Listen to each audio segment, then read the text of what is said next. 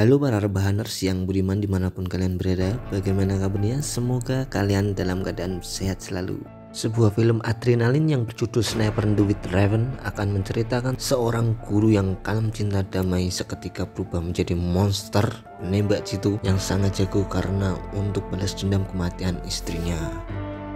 Semoga cerita yang saya bawakan ini disukai para teman-teman semua. Langsung saja tanpa basa-basi kita ke alur filmnya dan selamat menonton.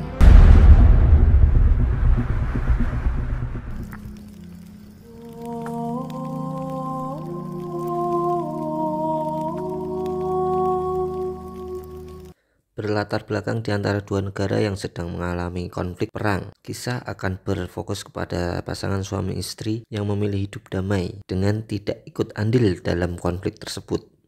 Ada Mikola dan Natasha. Mereka berdua hidup di rumah sederhana yang jauh dari pemukiman dan merasa sudah cukup bahagia tanpa ikut-ikutan perang yang tidak akan ada ujungnya.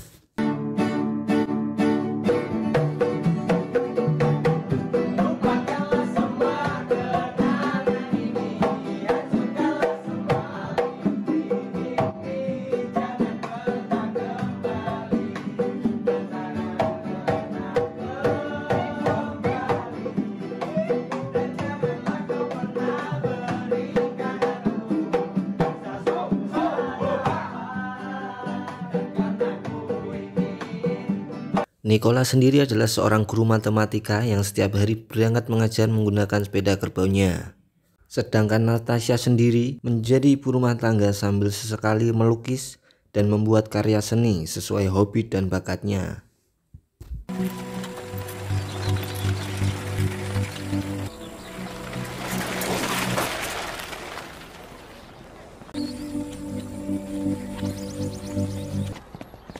Good morning. Good afternoon. Good morning. Series of bloody clashes with the Burkett Special Police saw the killing of They've even got snipers. Velocity is calculated by the formula V. Saat mengajar, tak jarang Mikola mendapatkan perlakuan tidak menyenangkan dari muridnya akibat dirinya berasal dari server sebelah alias musuh dari negara Mikola tinggal. Di mana Mikola yang sabar dan tidak suka kekerasan pun memilih untuk diam ketika diperlakukan seperti itu oleh muridnya sendiri. Ditenono sesuk nek aku seorang di sabar. We both know. You don't belong here. Dengan konflik yang sedang terjadi dan berbagai perlakuan yang tidak menyenangkan, nyatanya Mikola selalu merasa bahagia karena ketika pulang ke rumah selalu ada istrinya yang menunggu untuk digauli, dan itu cukup membuat hari-harinya menjadi lebih berarti dan berkeringat.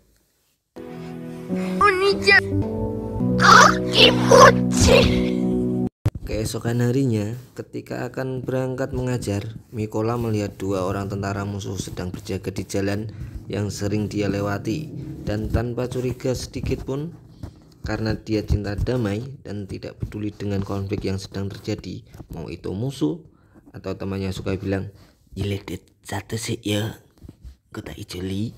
Mikola tetap melanjutkan keberangkatannya yang mana sudah sampai di sekolah dia tidak menemukan satu orang pun di sana. Dan setelah melihat berita di televisi, dikabarkan jika konflik perang ini semakin memanas dan para tentara di negara Mikola diturunkan.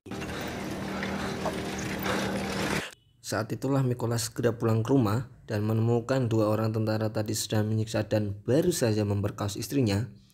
Kemudian tentara itu menganggap jika Natasha adalah mata-mata yang ditugaskan untuk mencari informasi. Yang meski Mikola sudah menjelaskan jika Natasha adalah istrinya, mereka berdua tetap menyiksa dan membakar rumah mereka berdua.